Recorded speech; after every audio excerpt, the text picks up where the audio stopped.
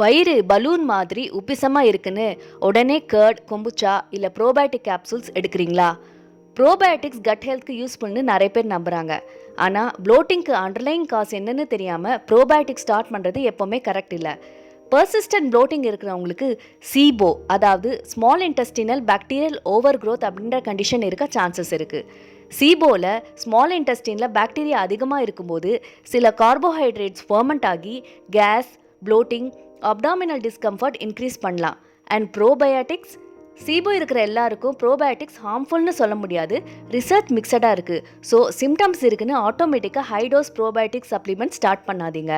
முக்கியமான warning, persistent floating இல்லை severe abdominal pain இருந்தால் கேஸ்ட்ரோ என்டராலஜிஸ்ட் கிட்ட டிஸ்கஸ் பண்ணுங்கள். ஹோம் ரெமிடிஸை மட்டுமே நம்பி இருக்காதுங்க. உங்களுக்கு சாப்பிட்ட உடனே வயிறு பலூன் மாதிரி உபசமாக ஆகுதான்னு கமெண்ட்டில் சொல்லுங்கள்.